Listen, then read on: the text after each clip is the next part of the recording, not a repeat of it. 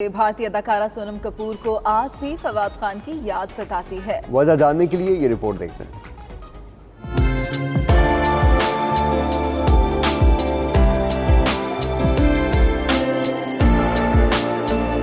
चॉकलेटी हीरो फवाद खान की अदाकारी और चार्मिंग पर्सनैलिटी के अपने ही नहीं पराए भी दीवाने। भारतीय अदाकारा सोनम कपूर ने फवाद खान के साथ 2014 में बॉलीवुड फिल्म खूबसूरत में काम किया, मगर वो आज भी फवाद खान के शहर से खुद को निकाल नहीं पाए। सोनम कपूर ने एक इंटरव्यू में फवाद खान को अपना हीरो और मोहसिन करार देते हुए इंकशाफ किया कि खूबसूरत में जब उन्हें कास्ट किया गया तो कोई भारतीय अदाकार उनके मुकाबिल हीरो आने को तैयार नहीं था। उन्होंने फवाद खान को पाकिस्तान से भारत बुलाया और वो हिट हो गई।